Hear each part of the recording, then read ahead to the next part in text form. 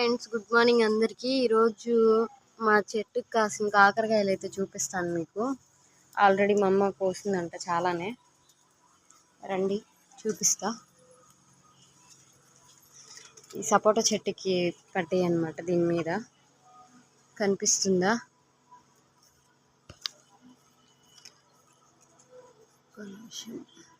ఇదిగోండి పిందెలు అన్నమాట,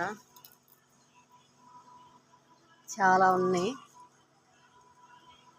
ఇందులో కొన్ని వదిలేసాం, పండిపోయాయి. తర్వాత విత్తనాలు పనికొస్తాయని అవి కూడా చూపిస్తాను మీకు.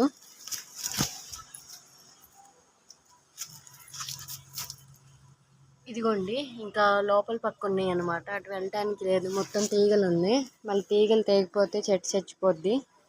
ఇవండి మేము పెంచిన మొక్కలు,